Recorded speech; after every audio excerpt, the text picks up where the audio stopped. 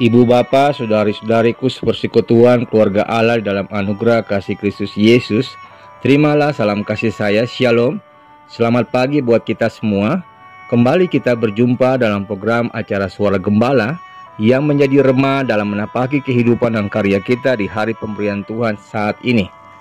Bersama dengan saya, Pendeta David Peletimu, kita akan mendengarkan sabda Tuhan yang terambil dari kitab 1 Korintus pasal yang ketiga, ayat yang ke-10 hingga ayat yang ke-23 yang menyatakan, sesuai dengan kasih karunia Allah yang dianugerahkan kepadaku, aku sebagai seorang ahli bangunan yang cakap telah meletakkan dasar dan orang lain membangun terus di atasnya.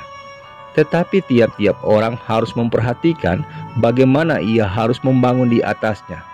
Karena tidak ada seorang pun yang dapat meletakkan dasar lain daripada dasar yang telah diletakkan, yaitu Yesus Kristus.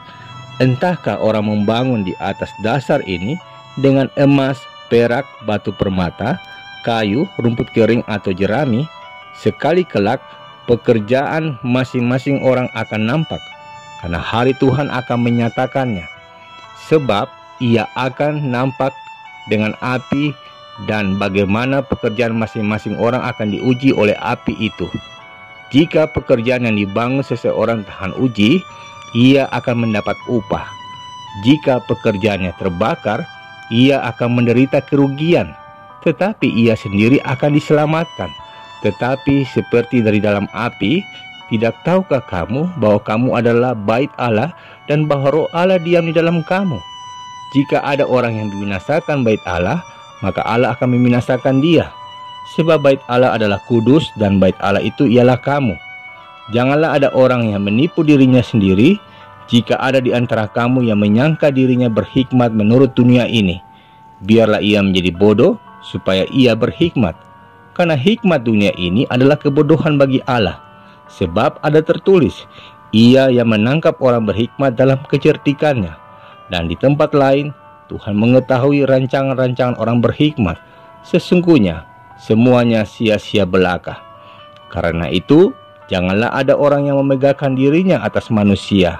Sebab segala sesuatu itu adalah milikmu, baik Paulus, Apolos maupun Kepas, baik dunia, hidup maupun mati, baik waktu sekarang maupun waktu yang akan datang.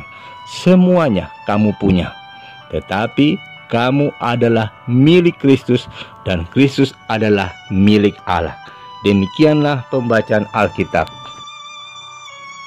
Sahabat Kristus, sebagai buatan tangan Allah, manusia dianugerahi 5 indera yang sangat vital dalam kehidupan yang dipercayakan Tuhan untuk kita pergunakan.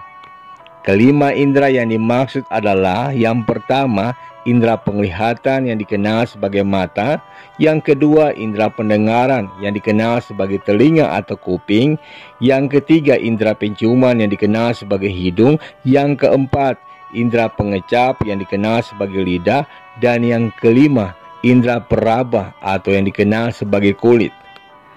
Kelima indera itu saling berhubungan, saling membutuhkan, dan saling melengkapi antara indera yang satu dengan indera yang lainnya.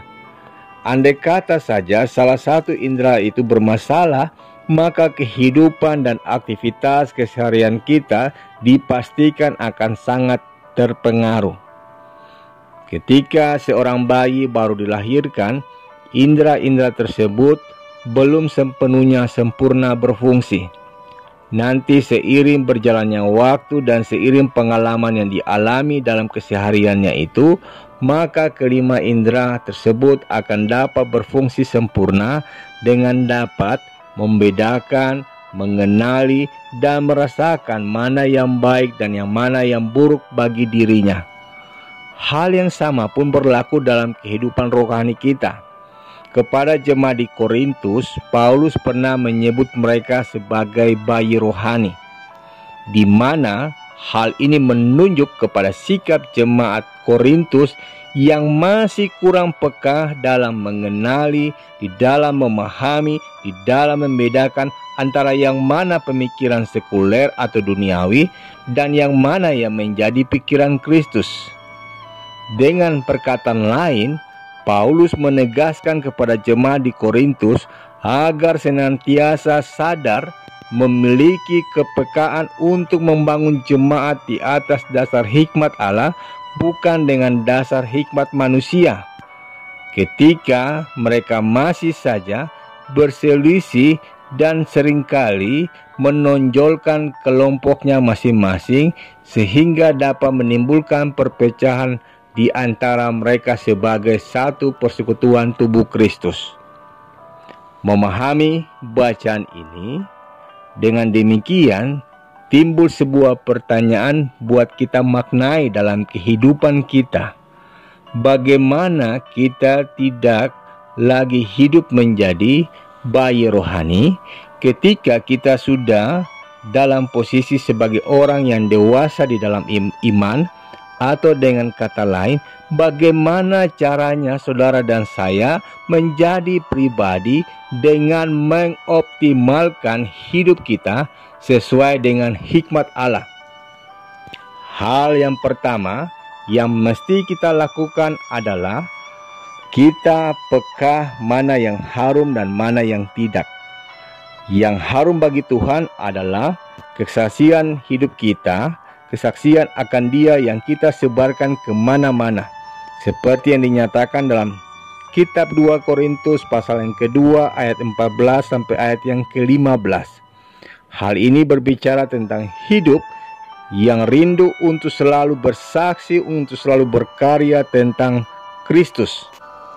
Lalu hal yang kedua, kita tidak hanya melihat dari yang tampak atau hal-hal yang lahiriah saja, seperti yang dikatakan dalam surat Filipi pasal yang ketiga ayat 3 dan 4.